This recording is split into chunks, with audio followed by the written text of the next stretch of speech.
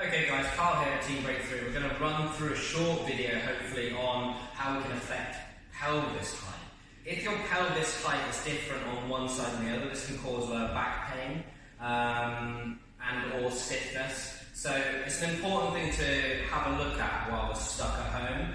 Generally speaking, hip height discrepancy will come from bad habits and small things like how you sit, how you drive, how you hold things on certain sides. So it's hard to diagnose what's doing it, but what we can diagnose is which one is higher than the other and how to affect that. Now obviously fixing pain with changing the hip angle and hip rotation and things are a lot more complicated, but we can certainly have a go at hip height at home by keeping it really simple. So that's what I'm going to try and do in the video. So behind me you can see a very expertly drawn pelvis. Okay, so we have pelvis, obviously represented through the pelvis there, and then I haven't even attempted to draw a spine. I've just written the word spine through the centre because my artistic skills are dreadful. As for the muscles involved, I picked 5, which are probably the key, most important ones for affecting the height of the pelvis and the ones that have the biggest influence if you try and work them and use them. So we have the QL at the top here, we have hamstrings, glutes, quads and hips. There's a reason why the quads and hips are in blue and the hamstrings are in red. We'll go through that in a bit. And worth noting that the reason why the QL is above the hip in the drawing is because anatomically speaking it's above the hip in the body, and then the same with the hamstrings, glutes, quads and hips. They're below the hip, or the point we measure in the hip anyway, they're below that, so I've drawn them below that so it makes more sense in the video. So what I'd like you to do is, to assess your own hips, you need to get in front of a mirror, you need to get your thumbs, push them into your side, and find the bone, find your hip bones, find the top of the hip bones. Once you've found the top of the hip bones, you're going to press your thumbs down into them, you're going to look into the mirror, and you're going to see which hip is higher than the other. If neither hip is higher than the other, then don't worry, you can almost just turn off the video and go do one of our workouts. Otherwise, if you are out a little bit, one is higher than the other. For example, I know my left is a little bit higher than my right, so I'm going to do something about that. So let's use me as an example. Left hip high, right hip low. If you're the same as me, left hip is high and right hip is low, then very easily you can just follow the instructions of this video and do basically what I say. If it's the other way around, you're right hip high, left hip low, then just flip what I say and just do the opposite on the opposite side, okay?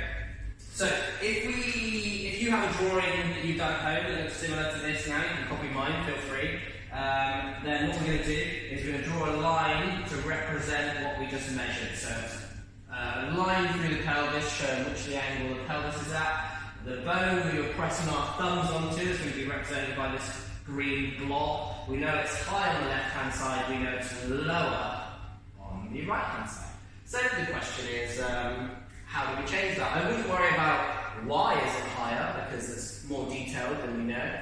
All we want to do right now is just adjust what we can see, which is that one is higher than the other.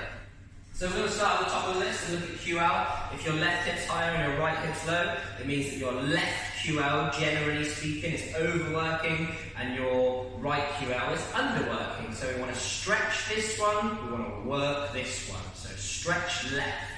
So we'll write that one here, we want to stretch our left and we want to work our right. So, how do we stretch our left? Well, we can put onto a door frame and we can kick our hip out and try and get that QL stretch. I wouldn't go straight arm. If we go straight arm, you'll probably end up getting a lat stretch. We really want to feel this around this area. So try and get that QL stretch. If that door frame one doesn't work, there's loads. You can just Google one, find one that works and hit you in that left hand side. As for working the right QL and waking it up, the best way for me really is a side plank. So get down on the ground, lift up into that side plank, hold it for 10 seconds, do 10 seconds on, 10 seconds off, and probably about 10 rounds really. The more you can set that on fire, the better. Remember that joint pain, muscular pain, fine, but joint pain, that's something we want to avoid. So if you're having problems with that, don't worry, but definitely try and hit the side planks if we're feeling it in the QL in that muscular region. From there, we want to have a look really what else can affect our pelvis, and we'll use our diagram to help us out. So this hip is up, remember, this hip is down, so we need to pull this hip down. How do we do that? We need to work the glute and the hamstring on this side to help pull this pelvis down, okay? So if we look at our chart, we've got our left-hand side, glute and hamstring need to work harder, so that's these ones down here. So we need to work these ones. And not always, but for the sake of the video, we need to relieve pressure and potentially stretch the other ones. Now, I would say when it comes to stretching the other side, it's not as important as it is to work the left-hand side, okay? So really your takeaway point is that when you have this zigzag effect going through the body, when it comes to hamstrings and glutes on most people, they're generally switched off.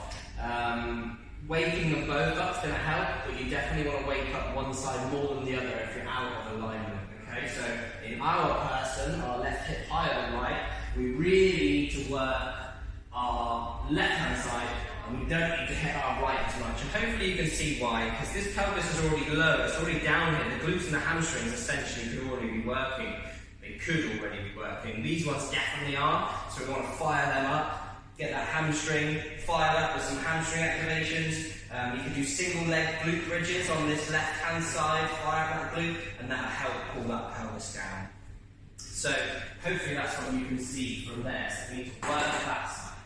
And then when it comes to hips and quads from our angle, we can assume that these hips and quads on our right hand side are tighter because the pelvis is pulled down in that direction, and generally speaking the culprit is going to be the hips, quads, adductors on this side. So we need to stretch our right quad and right hip. So we go back to our right hand side drawing. We can cross out these because we don't need them, as I said, okay? You've got to prioritise what's left. So we need to stretch quads and hips. Stretch quads and hips. So a right hand quad stretch would be this one. We could do this on the floor as well. And then your right hand hip stretch would be a normal hip flexor stretch. Squeezing the glutes, high chest, leaning into it on this side.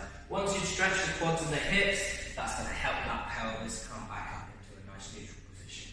So hopefully, very quick fix, you can see what you need to rule out and how that pelvis angle works. Give it a go, let us know how it goes. Basically, if you follow it correctly and have a go at this at home, when you reassess at the end, have a look, you should notice a height change, and you should notice that it's more neutral. If you're having trouble with that, write us an email or something, and we'll respond and kind of give you some guidelines on what to do. But if you stick to those rules on that kind of zigzag pattern of stretch, work, stretch, that zigzag across the body, then generally